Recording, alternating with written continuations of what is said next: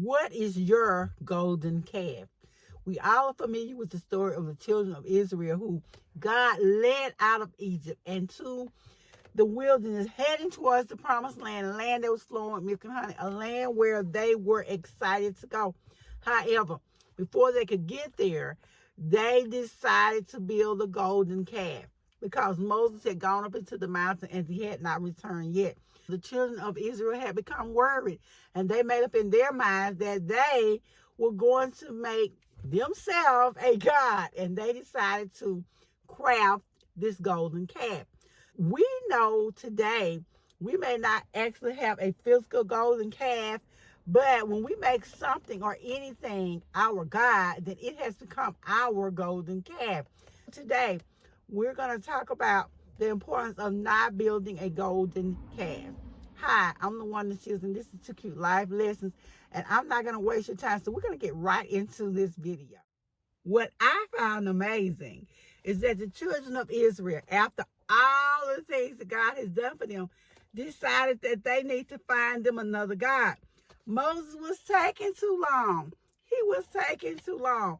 And I asked myself, how often have we decided that God is taking too long for us? We decide we're going to take things into our own hands. In the process, we ruin things.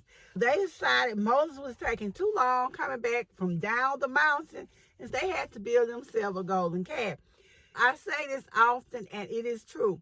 When trouble strikes, when hard times hit, we go back to what we're used to. The children of Israel were used to worshiping a golden calf. They came out of Egypt. Egypt was all this set had known. And so, because it was all they knew, they had adopted a lot of the ways or a lot of the lifestyle of the Egyptians. And the Egyptians worshiped many gods. And so the children of Israel decided, hey, I don't want a God I can't see. I don't want a God I can't touch or feel. So they decided to make them one. They had quickly forgotten about how God had led them all the way through, how God had rescued them.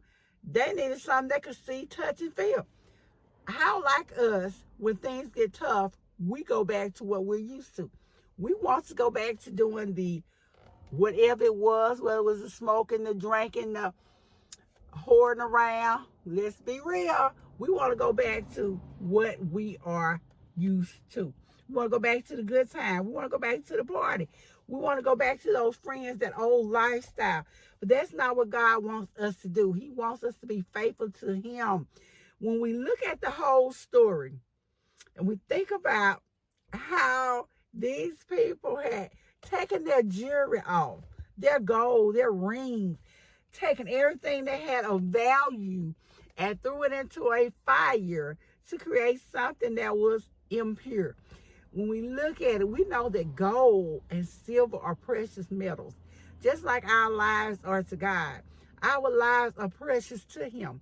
The blessings He's given us are precious, but yet it's still they were willing to sacrifice the things that God had blessed them with and take what was precious and use it for something profane. I also look at the fact that they threw it into the fire to mold, to create this idol God. We know fire purifies, and God often uses fire to help purify us from our sins, to purify us from all that junk and stinking thinking. But they took some pure, precious metal and took it, put it in something pure, and instead of coming out with something else that was pure, they came out with something that was corrupt, something that was unholy. They decided to create junk out of something precious. And then they threw off their clothes and began to dance. And they began to have this huge party, improper party, while they were waiting for Moses. And it's just mind-blowing that they did this. That instead of waiting for God, they decided to create their own God. We can say we don't have a golden calf all day long, and we don't, because we live in a new time and a new world, and we can so quickly judge them and talk about how they knew better. But what have we made into our God? Have we not made other things into gods? Have we not transformed our job into a God? When we say we are so tired, we've been working all week, We cannot possibly get up on any Sunday morning or Saturday or whatever day it is that you go to church and make time for God. We can't do it. We can't make it to Bible study. We can't make it to Sunday school. And I know at times I'm guilty myself. I just can't make it sometimes. But when it becomes a habit and it's all the time, something is wrong, because I have to stop and think to myself, okay, well, I get myself up and go to my job because they pay me, or because I'm afraid I'm going to lose that job. When I think about it, God is the person who gave me the job. God is the one who blessed me with what I have. It wasn't that job. It wasn't that paycheck they gave me. Because if it's one thing I have personally learned, is that when that job is gone, God is what is left. He will provide. I don't have to worry about them signing my check, because God will bless me with money in the mailbox. He'll bless me with people stopping by to drop me off money. I've had someone flag me down in the middle of the road just to say, hey, here's some money. And I don't mean it was little money either. And I'm like, what in the world made your spouse your God?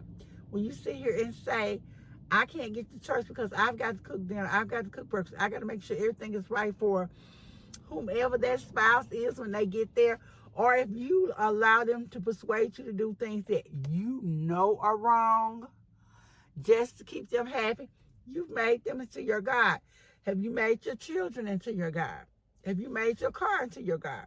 Have you gotten so high and mighty that you can't use your car to help someone else, that you can't use your car to go to churchy functions or events where you know you need to be? You can't do what needs to be done because you're worried about messing up the car. And I know you probably can say, I don't really worry about messing up the car. God gave it to me and I'm going to drive it and I'm going to use it.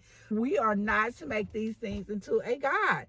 And we make money our God. And for many of us, money has become a God for us. I always think about how much money we can make.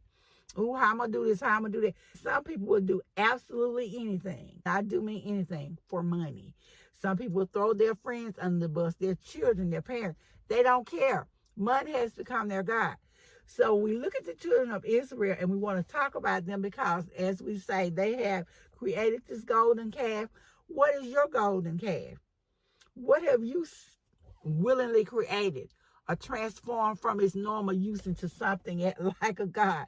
What have you done? We can't be so quick to judge other people. We need to look at our own self and ask ourselves, what have we turned into a God? And you know what happens to anything we put before God? He destroys. God tells us in his word that he is a jealous God, and he is jealous, and he's not going to allow dangerous when we put something else before God. I implore you today not to make your job your God, not to make your children your God, not to make your spouse or your boyfriend, girlfriend, loved one, whoever it is, whatever it is, into your God. Instead, keep God where he's supposed to be, and that's at the forefront of your life. Let God be your God and not these items. Thank you guys so much for listening. I'll see you guys in the next video.